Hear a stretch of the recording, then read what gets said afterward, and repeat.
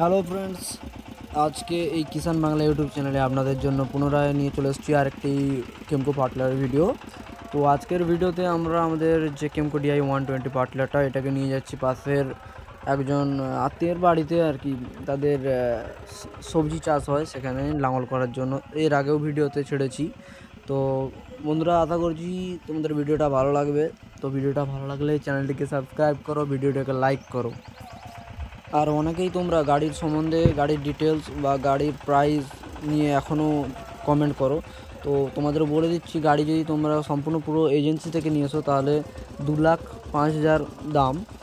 আর যদি সাবসিডির থ্রু নাও তাহলে 1,00,000 কি 1,10,000 পর্যন্ত এর দাম পড়বে। আর এর যে টায়ার সাইজ সেটা 6-12 টায়ার, যেমন ট্রাক্টর হয় 9-5-24, 16-28, সেরকমই এর 6-12 টায়ার।